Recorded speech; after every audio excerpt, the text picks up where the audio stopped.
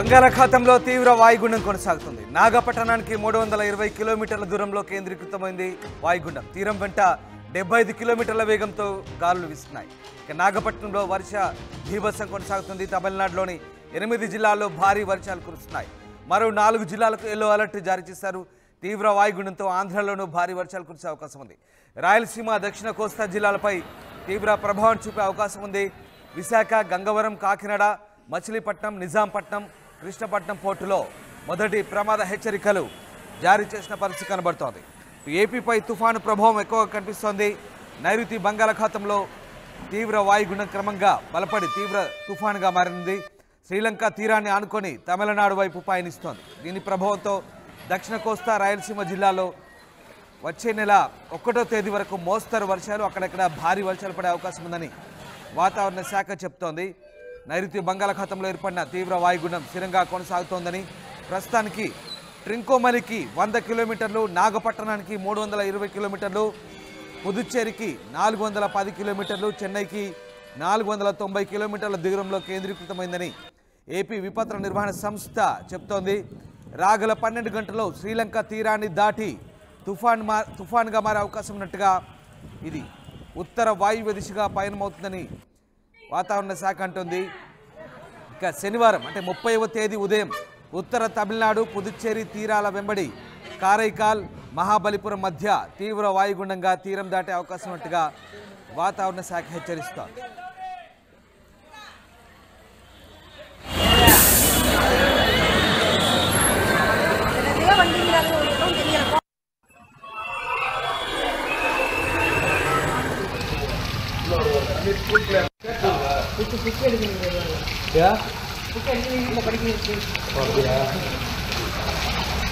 தண்ணிக்குள்ள வராது, தள்ளி வாங்க கொஞ்சம் கண்டிப்பாக கண்டிப்பாக ஓப்பன் பண்ணுறது அதில் காமெடி வாங்க வாங்க வாங்க வாங்க. బంగాళాఖాతంలో తీవ్ర వాయుగుండం స్థిరంగా కొనసాగుతోంది. నాగపట్టణానికి 320 కిలోమీటర్ల దూరంలో కేంద్రీకృతమైన పరిస్థితి కనబడుతోంది. దీని ప్రభావంతో 28, 29, 30 తేదీల్లో ఏపీలో భారీ వర్షాలు కురిసే అవకాశం ఉంది. ముఖ్యంగా రాయలసీమ, దక్షిణ కోస్తా ప్రాంతంలో దీని ప్రభావం ఎక్కువగా ఉండే అవకాశం ఉంది. అటు తమిళనాడు, శ్రీలంక మధ్య ఈ తుఫాను కేంద్రీకృతమైన పరిస్థితి కనబడుతోంది. ఇక భారీ వర్షాల ప్రభావంతో ఇప్పటికే అలర్ట్ జారీ చేశారు అధికారులు. మిగిలిన చోట్ల విస్తారంగా వర్షాలు కురిసే అవకాశం ఉన్నట్టుగా తెలుస్తోంది. దక్షిణ కోస్తా తీరం వెంబడి గంటకు 35 నుంచి 45 కిలోమీటర్ల వేగంతో, గరిష్టంగా 55 కిలోమీటర్ల వేగంతో ఈదురుగాలు వీశాయని, మత్స్యకారులు సముద్రంలో చేపల వేటకు వెళ్లరాదంటూ ఇప్పటికే హెచ్చరికలు జారీ చేశారు. ప్రజలు అప్రమత్తంగా ఉండాలంటూ, రైతులు తగిన జాగ్రత్తలు తీసుకోవాలంటూ ఏపీ విపత్తుల నిర్వహణ సంస్థ చెబుతోంది. ఇక ఏపీపై తుఫాను ప్రభావం ఎక్కువగా కనిపిస్తోంది. నైరుతి బంగాళాఖాతంలో ఉన్న తీవ్ర వాయుగుండం క్రమంగా బలపడి తుఫానుగా మారబోతోంది. శ్రీలంక తీరాన్ని ఆనుకొని తమిళనాడు వైపు పయనిస్తోంది. దీని ప్రభావంతో దక్షిణ కోస్తా, రాయలసీమ జిల్లాలో గురువారం నుంచి వచ్చే నెల 1వ తేదీ వరకు అంటే డిసెంబర్ 1 వరకు భారీ వర్షాలు కురిసే అవకాశం ఉంది. అంటే మోస్తరు నుంచి భారీ వర్షాలు ఖచ్చితంగా పడే అవకాశం ఉన్నట్టుగా వాతావరణ శాఖ అంటుంది. మత్స్యకారులు ఎవరు చేపల వేటకు వెళ్ళొద్దంటూ కూడా హెచ్చరికలు జారీ చేస్తుంది. తీరం వెంబడి బలమైన గాలులు ఉంటాయి కాబట్టి మత్స్యకారులు ఖచ్చితంగా చేపల వేటకు వెళ్తే ప్రమాదానికి గురవుతారు కాబట్టి జాగ్రత్తగా ఉండమని చెప్తున్న పరిస్థితి. ఇక బంగాళాఖాతంలో నెలకొన్న తీవ్ర వాయుగుండం బుధవారం రాత్రికి తుఫానుగా బలపడినట్టుగా సమాచారం రావడంతో ఇప్పటికే ఆయా జిల్లాల అధికార యంత్రాంగం అప్రమత్తమైన పరిస్థితి. తుఫాను కారణంగా భారీ వర్షాలు కురుస్తాయన్న వాతావరణ శాఖ హెచ్చరికలతో వరి రైతులు తీవ్ర ఆందోళన చెందుతున్నారు. తీవ్ర వాయుగుండం ప్రభావంతో ఎక్కడా వర్షం పడకపోయినప్పటికీ ఇక ముసుగు వాతావరణం నెలకొని స్వల్పంగా గాలులు వీచాయి. అయితే గురు, శుక్రవారాల్లో భారీ వర్షాలు కురుస్తాయని విశాఖ వాతావరణ శాఖ హెచ్చరిస్తోంది. కలెక్టర్ విజయకృష్ణన్ పలు శాఖల అధికారులతో ఇప్పటికే టెలికాన్ఫరెన్స్ ద్వారా సమీక్ష నిర్వహించారు. 30వ తేదీ వరకు కలెక్టరేట్లో కమాండ్ కంట్రోల్ రూమ్తో పాటు అనకాపల్లి, నర్సీపట్నం రెవెన్యూ డివిజన్ కార్యాలయాల్లో కంట్రోల్ రూమ్ను కొనసాగించాలంటూ కలెక్టర్ ఆదేశించిన పరిస్థితి కనబడుతోంది. ఇక మత్స్యకారులు మాత్రం ఎట్టి పరిస్థితిలో చేపల వేటకు వెళ్ళొద్దంటూ సూచిస్తున్న పరిస్థితి. రైతులు వరి కోతలను కొద్ది రోజులు వాయిదా వేసుకోవాలంటూ వ్యవసాయ అధికారులు సూచిస్తున్నారు. ఇప్పటికే కోసిన వరిపైను ఎత్తు ప్రదేశాల్లో కుప్పలుగా వేసి తడవకుండా టార్పాలిన్లు కప్పుకోవాలంటూ చెప్తున్నారు. తహసీల్దార్లు, ఎంపీడీఓలు, సచివాలయాల సిబ్బంది స్థానికంగా అందుబాటులో ఉండి ప్రజల అవసరాలను గుర్తించి తగిన సహాయక చర్యలకు సిద్ధంగా ఉండాలంటూ కలెక్టర్ ఆదేశించిన పరిస్థితి. మొత్తం మీద దక్షిణ బంగాళాఖాతంలో ఏర్పడినటువంటి వాయుగుండ ప్రభావం ఇంకా కొనసాగుతుంది. ఇది మరొక 12 గంటల పాటు కొనసాగే అవకాశం కనిపిస్తుంది. మా సీనియర్ కొలీగ్ వర్మ జాయిన్ అవుతున్నారు. వర్మ, ప్రస్తుతం వాయుగుండం స్థిరంగా కొనసాగుతున్నట్టుగా తెలుస్తుంది. దీని ప్రభావం ఎంత మేర ఉండే అవకాశం ఉంది? రామ్దాస్, మనం ప్రధానంగా చూసుకుంటే ఇంకా శ్రీలంక హాల్లో అతలాకుతలను సృష్టించింది. ఇది వాయుగుండంగా ఉన్నప్పుడే వాయుగుండం తీవ్ర వాయుగుండంగా కూడా మారింది. నిన్న సాయంత్రం 4:30 ఆ సమీపంలో ఇది తుఫానుగా మారినట్టు తాజాగా వెల్లడించిన సమాచారం ప్రకారం మనకు తెలుస్తా ఉంది. ప్రస్తుతం తుఫానుగా కొనసాగుతున్న ఈ తుఫాను తీవ్ర తుఫానుగా మారుతుందా లేకపోతే తుఫానుగానే బలహీనపడుతుందా అనే అంచనాలు వేస్తా ఉంది భారత వాతావరణ శాఖ.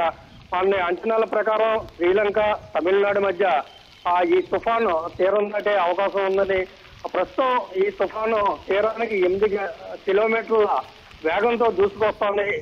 ఈ నేపథ్యంలో వేసిన అంచనాల ప్రకారం ఈ రాత్రి కానీ రేపు తెల్లవారుజామున కానీ ఇది తుఫానుగా వాయుగుండంగా బలహీనపడుతుందా లేక తుఫానుగానే తీరం దాడుతుందా లేక తీవ్ర తుఫానుగా మారుతుందా అనేది మీద లెక్కలో తేలాల్సి ఉంది. మనం ప్రధానంగా చూసుకుంటే ఇంకా ప్రస్తుతం ఈ తుఫాను ప్రభావంతో మొత్తం శ్రీలంకతో పాటు ఇటు తమిళనాడు రాష్ట్రంలోని 8 జిల్లాల్లో తీవ్ర ప్రభావాన్ని చూపిస్తోంది.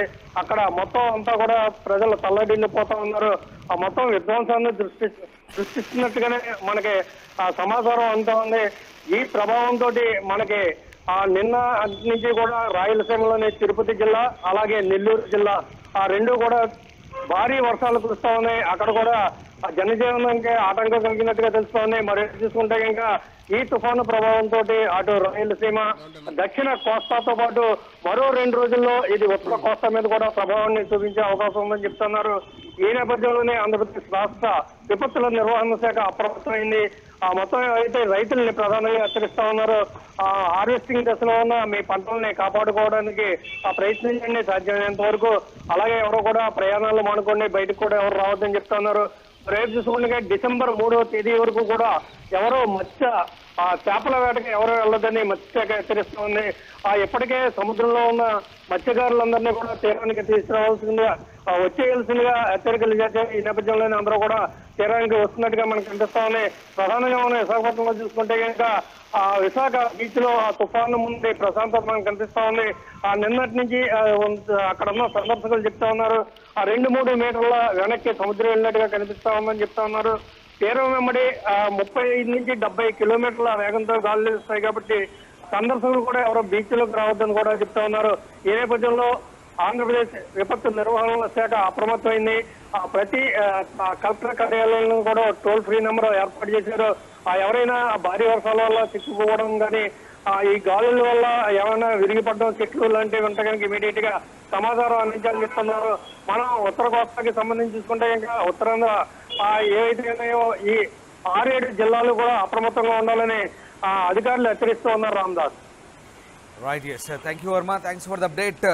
సో ఫెంగల్ తుఫాను ఏపీలోని కోస్తా జిల్లాను కూడా వణికిస్తోంది. నైరుతి బంగాళాఖాతంలో ఉన్న తీవ్ర వాయుగుండం క్రమంగా బలపడి తుఫానుగా మారనుంది. శ్రీలంక తీరాన్ని ఆనుకొని తమిళనాడు వైపు పయనిస్తోంది. దీంతో ఐఎండీ తాజా హెచ్చరికలు కూడా జారీ చేసింది.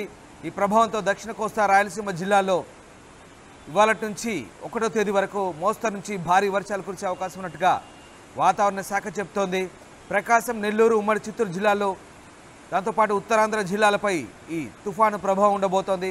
మత్స్యకారులు ఎవరు వేటకు వెళ్ళొద్దంటూ హెచ్చరిస్తున్న పరిస్థితి. మీరు చూస్తున్న దృశ్యాలు తమిళనాడుకు సంబంధించి తమిళనాడులోని కొన్ని జిల్లాల్లో భారీ వర్షాలు కురుస్తున్నాయి. ప్రస్తుతం వాయుగుండం గంటకు 13 కిలోమీటర్ల వేగంతో కదులుతోంది.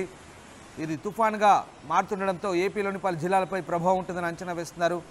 తీరం వెంబడి బలమైన గాలులు ఉంటాయని హెచ్చరిస్తుంది. చెన్నైకి దక్షిణ ఆగ్నేయంగా 550 కిలోమీటర్ల దూరంలో తీవ్ర వాయుగుండం కేంద్రీకృతమైందని అధికారులు అంటున్నారు.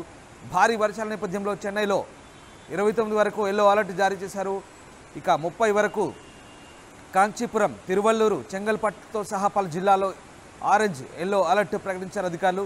తుఫాను ప్రభావంతో తమిళనాడు ప్రభుత్వం అప్రమత్తమైంది. ఎలాంటి పరిస్థితులైనా ఎదుర్కొనేందుకు సిద్ధంగా ఉండాలంటూ సీఎం స్టాలిన్ అధికారులను ఆదేశించారు. భారీ వర్షాలతో చెన్నై, నాగపట్టణం, మైందుత్తురై తిరువారూరుతో సహా 9 జిల్లాల్లో పాఠశాలలు కళాశాలలను మూసివేసినట్లు ప్రకటించారు.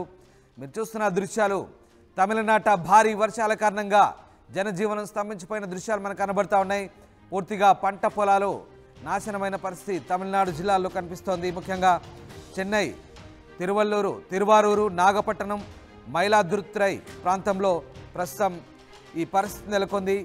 ఇటు కోస్తా తమిళనాడులో నవంబర్ 28న కూడా భారీ వర్షాలు కురిసే అవకాశం ఉన్నట్టుగా వాతావరణ శాఖ అధికారులు చెప్తున్నారు. ఇప్పటికే చెన్నై, కాంచీపురం, తిరువల్లూరు, చెంగల్పట్టులో సహా పలు జిల్లాల్లో భారీ వర్షాలు కురుస్తున్నాయి. ఒక్కసారి ఆ దృశ్యాలు చూడొచ్చు. తమిళనాడుకు సంబంధించిన దృశ్యాలవి. ప్రస్తుతం తుఫాను ఇటు శ్రీలంక నుంచి తమిళనాడు వైపు ప్రయాణిస్తోంది. తమిళనాడు, పుదుచ్చేరి మధ్య తీరం దాటే అవకాశం ఉన్నట్టుగా తెలుస్తుంది. ఈ తుఫాను ప్రభావంతో భారీ వర్షాలకు ఆస్కారం ఉన్నట్టుగా వాతావరణ శాఖ అధికారులు హెచ్చరిస్తున్నారు. ఇక దీని ప్రభావంతో ఉత్తరాంధ్ర అలాగే దక్షిణ కోస్తా, కాకినాడ తీరం కూడా అలర్ట్ అయిన పరిస్థితి. ఉమ్మడి చిత్తూరు, నెల్లూరు, ప్రకాశం జిల్లాలో భారీ వర్షాలు కురిసే అవకాశం ఉంది. అటు రాయలసీమ జిల్లాలో కూడా భారీ వర్షాలకు ఆస్కారం ఉన్నట్టుగా చెప్తున్నారు. ఇక ఉత్తరాంధ్ర జిల్లాలు శ్రీకాకుళం, విజయనగరం, విశాఖ తీరాల్లో కూడా ప్రస్తుతం సముద్రం కాస్త అల్లకల్లోలంగా మారిన పరిస్థితి. కాకినాడ, ఉప్పాడ తీరంలో కూడా సముద్రం అల్లకల్లోలంగా మారుతున్న పరిస్థితి. మత్స్యకారులు ఎవరు చేపల వేటకు వెళ్ళొద్దంటూ ఇప్పటికే అధికారులు సూచిస్తున్న నేపథ్యంలో జాగ్రత్తగా ఉండమంటూ హెచ్చరికలు జారీ చేసిన పరిస్థితి. ఇక తుఫాను ప్రభావం ప్రస్తుతం శ్రీలంక, తమిళనాడు మధ్య కొనసాగుతోంది. శ్రీలంక నుంచి తమిళనాడు వైపు, ఉత్తర తమిళనాడు వైపు ప్రస్తుతం పయనిస్తున్న పరిస్థితి. ఇక తమిళనాడు నుంచి పుదుచ్చేరి మధ్య ఇది తీరం దాటే అవకాశం ఉంది. మరోవైపు విశాఖ, గంగవరం, కాకినాడ, మచిలీపట్నం, నిజాంపట్నం, కృష్ణపట్నం